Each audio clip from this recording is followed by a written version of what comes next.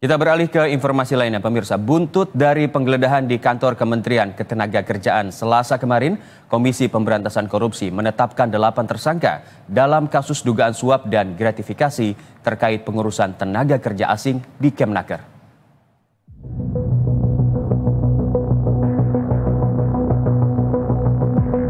Komisi Anti Rasuah KPK Selasa sore menetapkan 8 tersangka dalam kasus dugaan suap dan gratifikasi pengurusan rencana penggunaan tenaga kerja asing di Kementerian Ketenagakerjaan.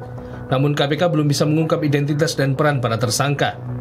Penetapan tersangka ini terkait dengan penggeledahan di kantor Kementerian Ketenagakerjaan di Jakarta Selatan Selasa siang.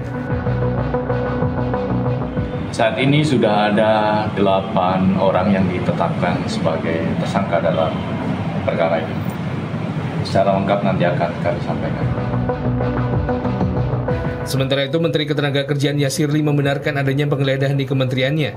Kasus yang tengah disidik KPK terjadi pada 2019 lalu berkaitan dengan pelayanan izin tenaga kerja asing di Direktorat Pengendalian Penggunaan Tenaga Kerja Asing. Pejabat yang diduga terlibat dalam kasus ini sudah masuk dalam daftar tersangka dan telah dicopot. Menaker tegaskan pihaknya akan kooperatif selama penyidikan berlangsung dan menyerahkan seluruh proses hukum pada KPK. Ini terkait dengan kasus yang sudah lama ya, jadi tahun 2019 terkait dengan izin penggunaan tenaga kerja asing. Ya, apa yang dilakukan oleh KPK pada hari ini sebenarnya kelanjutan dari proses-proses sebelumnya saat penyelidikan, ya, dan kami dari kementerian kita senantiasa support ya, selama ini. Termasuk juga mohon dicatat bahwa kita sebenarnya sudah mencopot orang-orang pejabat-pejabat yang diduga ya, terkait dengan kasus ini.